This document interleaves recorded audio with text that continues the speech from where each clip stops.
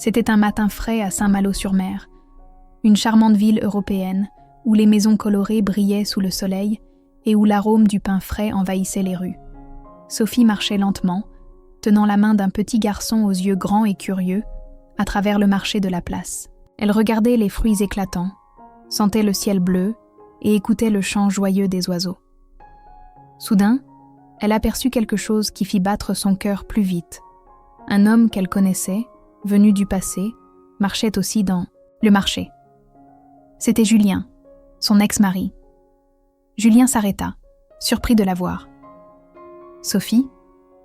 Sa voix était un peu tremblante, comme s'il n'y croyait pas. Elle tenta de sourire, essayant de paraître calme malgré l'oppression dans sa poitrine.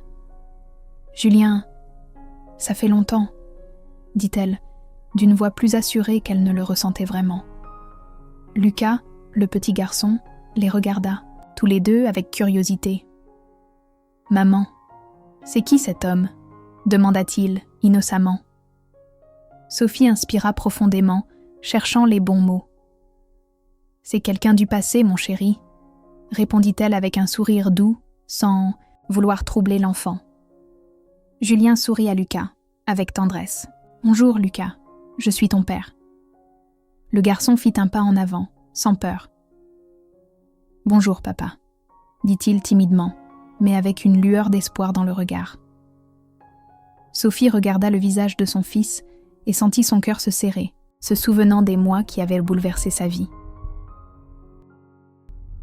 Quelques mois auparavant, Sophie était seule dans son petit appartement à Paris. Un matin comme un autre, elle tenait un test de grossesse qu'elle venait d'acheter. Le résultat montrait 2 traits. Elle resta silencieuse, comme si le monde s'était arrêté un instant. Elle revit alors dans sa mémoire la dernière conversation qu'elle avait eue avec Julien avant que tout ne s'écroule. « Si tu tombes enceinte et qu'on se sépare, je te prendrai cet enfant », avait-il dit, d'un ton ferme, presque comme une menace. Sophie serra le test dans sa main, se jurant à elle-même. « Je ne laisserai pas faire ça », pensa-t-elle, déterminée. Le lendemain, elle se rendit chez son père, Bernard, un homme calme et plein de tendresse. « Papa, j'ai besoin de m'éloigner de tout, » dit-elle, d'une voix fatiguée. Bernard la prit dans ses bras. « Je suis là, ma fille. Tu peux compter sur moi. » Chez son père, Sophie ressentit un mélange d'épuisement et de soulagement. « Comment tu te sens ?» demanda Bernard, inquiet. « Effrayée, mais heureuse, » répondit Sophie, avec un peu d'espoir dans la voix. « Tout va bien se passer, Sophie. J'ai confiance en toi. » Elle commença à prendre soin de sa grossesse, soutenue par l'amour de son père. Au centre de santé, l'infirmière lui sourit. « Le bébé grandit bien. Vous voulez écouter son cœur ?»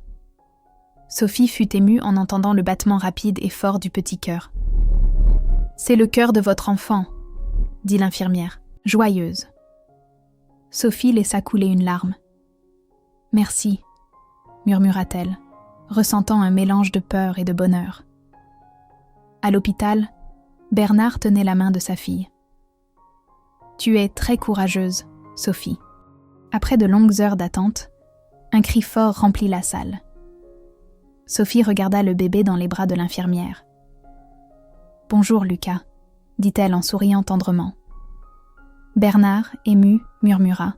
« Il est magnifique, Sophie. » Le temps passa. Sophie étudiait le soir pendant que Lucas dormait dans la chambre à côté. Malgré la fatigue, son amour pour son fils lui donnait la force d'avancer. « Maman, pourquoi le soleil change de place ?» demanda Lucas par une nuit tranquille. Sophie sourit, touchée par la curiosité de son fils. « Parce que la terre tourne, mon chéri. C'est pour ça qu'on a le jour et la nuit. » Lucas la regarda avec admiration. « Tu es la meilleure prof du monde. » Avec le soutien de son père, Sophie réussit à ouvrir un petit cabinet d'architecture. « Regarde, papa, voici mon projet pour la crèche du quartier, » dit-elle en montrant des dessins colorés. « Tu vas aider beaucoup d'enfants, Sophie, » répondit Bernard, fier d'elle. Ses clients aiment sa façon simple et humaine de travailler. « Je ne vends pas du luxe, je vends de l'attention, » disait-elle avec un sourire sincère. Pendant ce temps, Julien était perdu. Il parlait avec un ami. Je ne sais pas comment faire. Je veux être proche de Lucas, mais je ne sais pas s'il va m'accepter. L'ami lui donna un conseil. Commence doucement. Montre que tu veux changer. Ne le force pas. Julien engagea un détective privé pour savoir où étaient Sophie et Lucas. Quand il reçut le rapport, son cœur se serra. Ils étaient à Saint-Malo-sur-Mer. À l'école, Julien attendait, nerveux. Quand Lucas courut vers Sophie, Julien s'approcha avec précaution. « Bonjour Lucas, je suis ton papa. » Sophie observait la scène, prudente, mais avec un brin d'espoir. « Il veut être présent, » pensa-t-elle. Julien offrit un livre, de dinosaures à Lucas. « On lit ensemble ?» proposa Sophie. « Oui », répondit l'enfant, tout excité. Pendant la lecture, Julien expliqua avec douceur. « Ces dinosaures sont très anciens, ils ont vécu il y a des millions d'années. » Lucas regarda sa mère. « Papa est trop cool. » Sophie sourit, émue. Elle réfléchissait, seule. « Je suis plus forte que je ne le croyais, » murmura-t-elle. Elle savait qu'elle aimait Lucas de tout son cœur, et que l'amour-propre était sa plus grande force. Alors, ils décidèrent d'aller se promener à la plage. Sur le sable, Sophie, Julien et Lucas construisirent un château.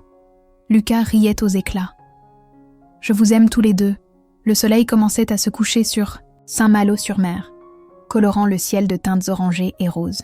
Sophie était assise sur un banc près de la mer, observant Lucas jouer avec d'autres enfants sur le sable. Julien s'approcha lentement, le visage plein d'hésitation. Il s'assit à côté d'elle, sans se presser, les yeux fixés sur l'horizon. « Sophie, » commença-t-il d'une voix basse, « je sais que je n'ai pas beaucoup de droits après ce que j'ai fait. Pas seulement pour les mots durs que je t'ai dit, mais pour avoir disparu quand tu avais le plus besoin de moi, de nous. » Sophie le regarda, attentive, mais sans jugement. « Julien, » dit-elle calmement, « tu n'as jamais compris qu'être père, ce n'est pas juste un nom sur un papier. C'est être là, avec respect, amour et responsabilité. » Il soupira, accablé par la vérité. « J'ai été aveugle, égoïste. J'ai cru que je pouvais tout contrôler, même ce que je n'aurais jamais dû. Mais tu m'as montré ce qu'est le vrai courage, Sophie. Tu as tout porté seule, et tu as transformé l'impossible en réalité. » Julien tourna les yeux vers Lucas, qui courait maintenant vers eux. « Lucas, » dit-il, la voix brisée, « je n'ai pas été le père que tu méritais au début, mais je veux apprendre à être celui dont tu as besoin, si tu me laisses faire. » Le garçon s'arrêta, regarda son père dans les yeux, puis sourit et dit « Je t'aime bien, papa. » « On joue ?» Sophie sentit un nœud dans sa gorge, mais aussi une lueur d'espoir. Elle savait que le chemin serait long, que Julien devrait prouver par ses actes, pas seulement par des mots. « Julien, » dit-elle fermement, « à partir de maintenant, on veut du respect et de la vérité. Rien de moins. » Il acquiesça, promettant en silence de changer. À cet instant, entre le bruit des vagues et les rires de Lucas, ils trouvèrent un nouveau départ. Un début fait de pardon, d'apprentissage et d'un amour reconstruit.